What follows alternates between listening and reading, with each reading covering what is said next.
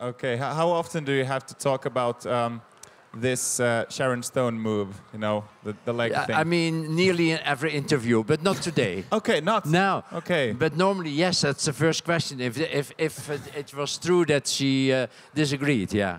Okay. Yeah, okay. she did not. She liked it, yeah. Okay. Han får prata väldigt ofta om Sharon Stones mutta. Just och det. Det är ju naturligt. Varför inte? Klart det blev så här och så också. Yeah. She did it for me. Yeah. That's a really nice favor. She really liked me. But does she like you still, like 20 years after? We're good friends. Okay, good. We go to dinner. Oh, really? Yeah. Okay. So she made up. Okay. Right. But you haven't been directing that many movies during the last year. You've been really active with lots of different stuff. But if you would have the chance to make another movie with either Arnold or Sharon, which one would you pick? You cannot have them both? Not in this situation. Okay. You probably could in real life, but in this situation you cannot. Well, it's much easier to work with Arnold Schwarzenegger than with Sharon Stone. So I think, as I don't want to make it too difficult, I would choose Arnold. So is Arnold the type that agrees to everything? He will do whatever you tell him? Yeah, Arnold is very easy and totally cooperative and supports you, and Sharon is basically trying to destroy you. So that's a big difference, yes. Just det. Sharon Stone vill ju bara förstöra dig förstås om du gör film med henne, men Arnold går med på vad som helst. Usually when some of your work is mentioned, people also quite often refer to the stuff from the 90s. What do you think was the best thing with the 90s? The best movie? The best thing in general, in common. What do you miss with the 90s? Well, basically, just partially the Clinton years, isn't it? Bill Clinton. You missed the Clinton years. Yeah, it was great with Lewinsky and stuff. I loved Lewinsky. He's a big fan of Lewinsky. Me, personally. I can understand Bill Clinton very, very well. And I adored Lewinsky, and I thought basically having an affair with her would be great. So, yeah. So I'm a big fan. So more affairs in politics? No, just sex. Just sex? Yeah. No plans to... no talk, no. Just sex, yeah. But no plans of making this a movie, or is it too good in real life to... Which movie? The Lewinsky stuff. Would you... consider Da Vinci? Lewinsky, this Clinton stuff. Yeah. No, I think reality is so much better. Yeah. I don't think you can tip that, you know. It was such a wonderful episode every day in the newspaper, and all these people lying, and all these senators being caught in affairs and adultery, everybody being completely corrupt, and it was fantastic. Okej. The United States optima forma. Faktiskt, man kan inte göra en film om det här Lewinsky-grejen som Paul saknar mest angående 90-talet. Man kan inte göra en film för det, för att verkligheten är redan mycket bättre. Legenden Paul Verhoeven har vi med oss här. We'll continue with you in a few minutes. Thank you.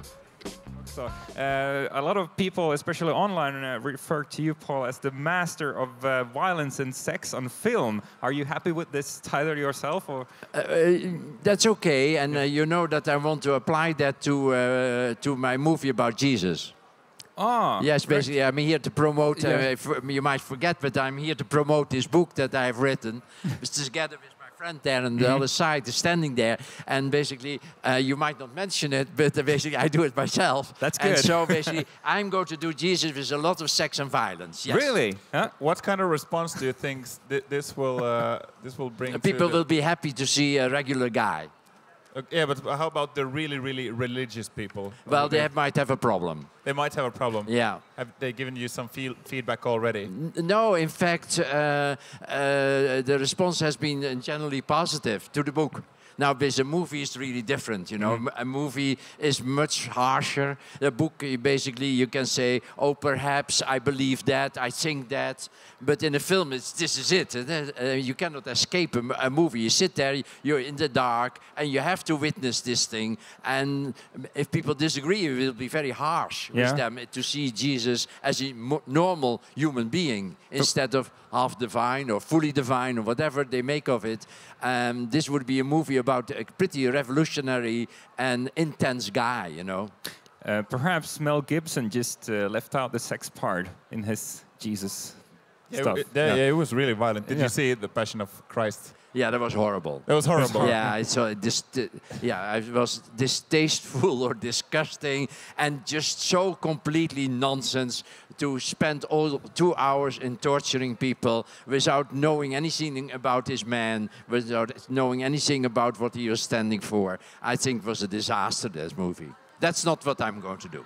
Now, there might be violence, but I think there might be violence coming from Jesus. Okay. And not violence towards Jesus. When are we going to be able to see this? Your movie about the normal Jesus guy with the sex and the violence? When are we going to see this in the movie? Well, basically, I would say when I succeed in writing a script with a writer, I just tried, and then we failed, and so I have to find a new writer. It's very difficult. Okay. It's very difficult. People are also a bit afraid because it's provocative, and basically, especially in the United States, you know, which is where there are still so many extreme Orthodox Protestants and a lot of weapons. Yeah.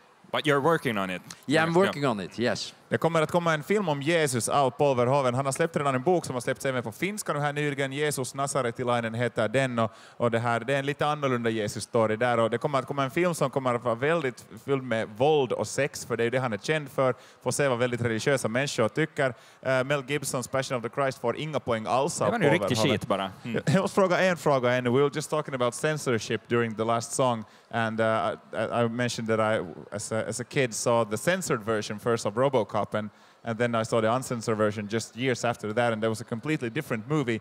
Do you ever censor yourself? Like, it kind of, you have this idea, and then you just started thinking, no, I can't do that. I can't do that. Certain things I would not do. Basically, for example, I have avoided to make ever a movie about, let's say, children in jeopardy.